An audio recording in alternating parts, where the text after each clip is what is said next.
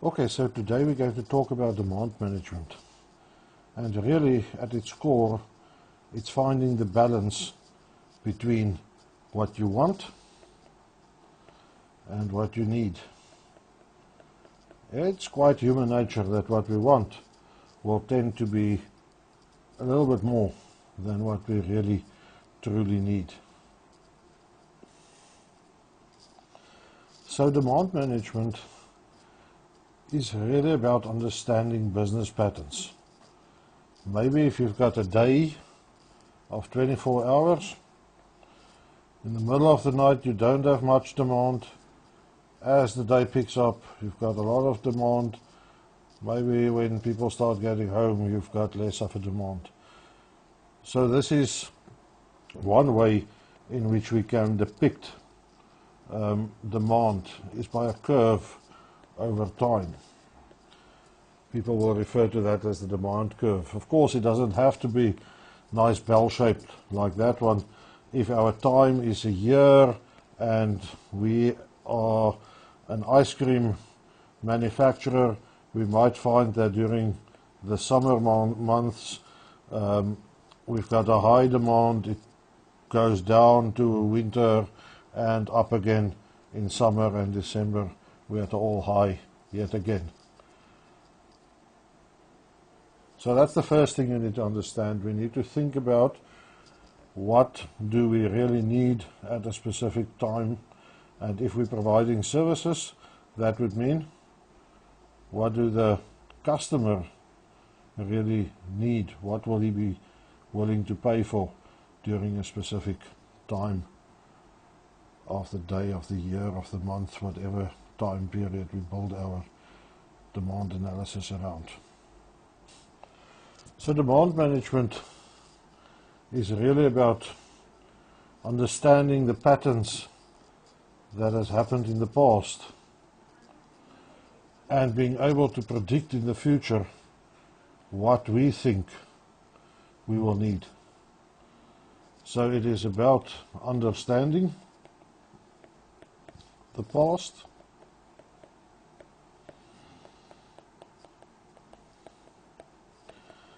with a view of predicting future needs.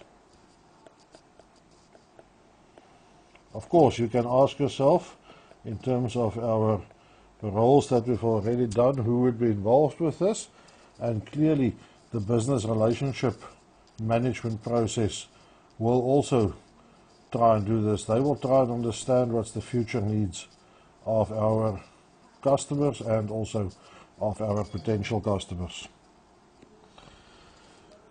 More demand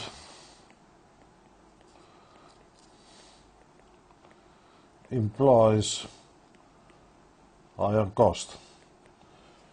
And because that is the case, we don't only want to predict the future, but we would also like to be able to influence the demand. Because that can, of course, help us to save cost. Now, we can influence demand at 3 levels. And if we think about it in the typical 3 levels, we can think about it as influence it at a strategic kind of level, at a behavioral or tactical level, or we can actually think about it as an operational or technical kind of intervention. Now, if you look at your notes, you will find several methods. So strategic interventions would be to maybe have a completely new direction, or maybe secondly is by specifying certain policies that needs to be adhered to. Note, however, that policies obviously will only be effective if they are properly policed and there are repercussions for not following the policy. Behavioral intentions, we've got 2 examples there, and that is scheduling think about the labs. We will schedule the lab so that we know how many people to expect when. But secondly, we might also have the notion of differential pricing, which I will discuss in a next slide in much more detail. At a technical level, we will have several kind of things that we can do. We can do some monitoring and reporting. And it is a fact that people, if they know that they are being monitored, they might change their behavior a little bit, or they at least might not do the really, really bad things. Of course, again, unless there's repercussions, they will quickly ignore it. So technical interventions would be other kinds of technical controls, like for example throttling on certain protocols or blocking certain IP addresses, that kind of thing. But let's lastly take a look at differential pricing. Okay, so if we look at differential pricing, it's important to realize that we've got two words here, differential and pricing. Now, the pricing component, I think it is quite straightforward why that actually works, because if we need to pay for something, we act maybe a little bit differently because suddenly it takes something away from us, an important resource, namely money. So think, for example, if I allowed unlimited printing at the university, you would print anything you remotely think is worth to have on paper, but since you now pay a certain price per page, you will think a little bit more carefully whether you really need it. So pricing makes one think. Differential pricing is different from just normal pricing. It's pricing based on that there's something that is different. Something like time, something like geography could be different. So I might ask my people that's in a rural area more because it costs more to deliver the service there, and they'll therefore think more carefully whether they want it, whereas we're in a city area that is cheap to deliver and there's many customers, I can keep technical staff there quite easily, it might be less. Okay, there is a societal conscience that we need to talk about there, which will probably prevent us from doing things like that in South Africa, but it might not hold through the rest of the world. But time is actually one which we quite frequently see. And think of your standard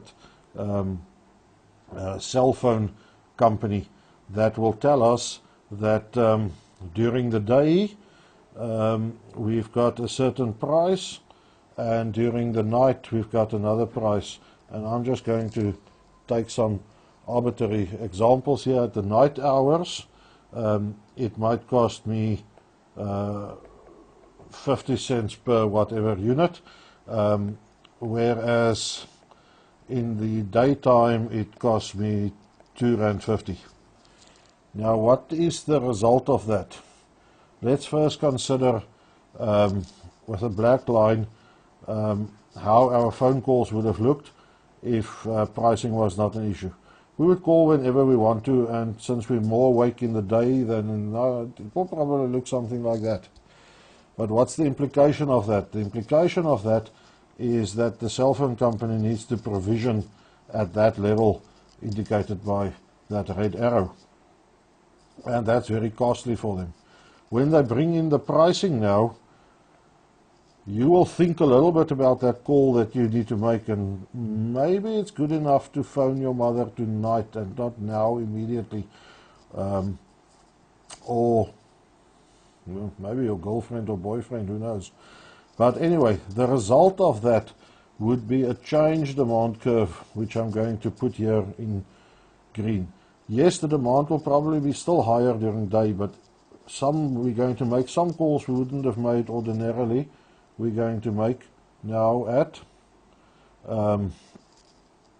at night and some during the day. So the level at which they need to provide is that maximum level over there, which you can see brings a considerable saving.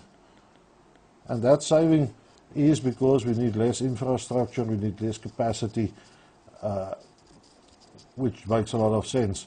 And above all, it will be much closer, although it's not a straight line, it will be much closer to a straight line, so we get overall better utilization of our infrastructure.